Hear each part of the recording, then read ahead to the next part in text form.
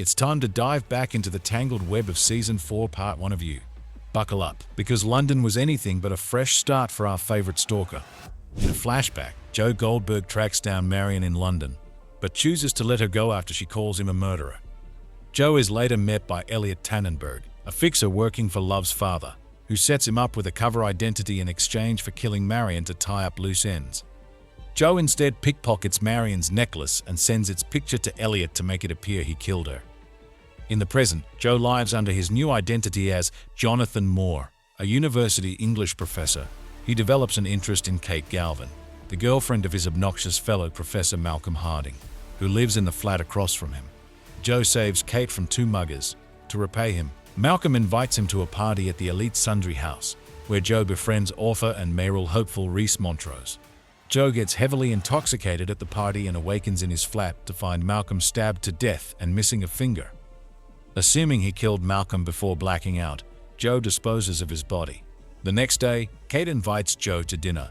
As Joe arrives, he receives a series of anonymous texts from Malcolm's real killer, thanking him for disposing of the evidence.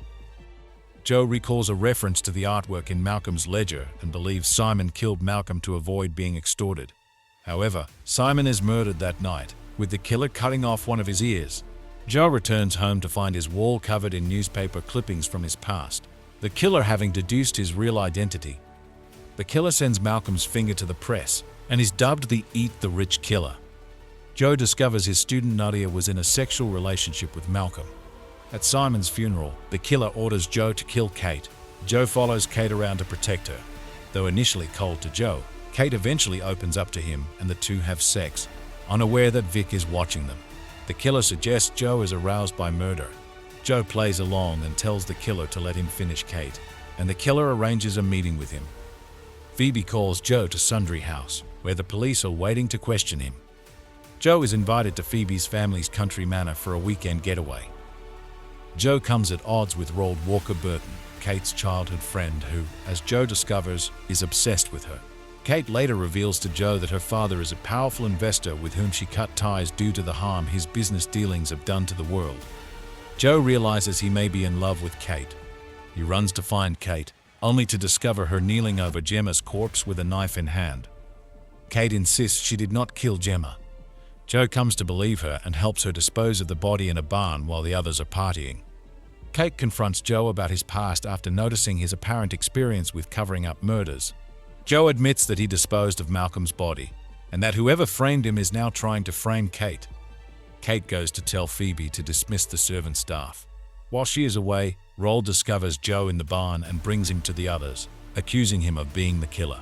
Despite Joe's protests, Roald gives him a head start to flee before pursuing him with a shotgun.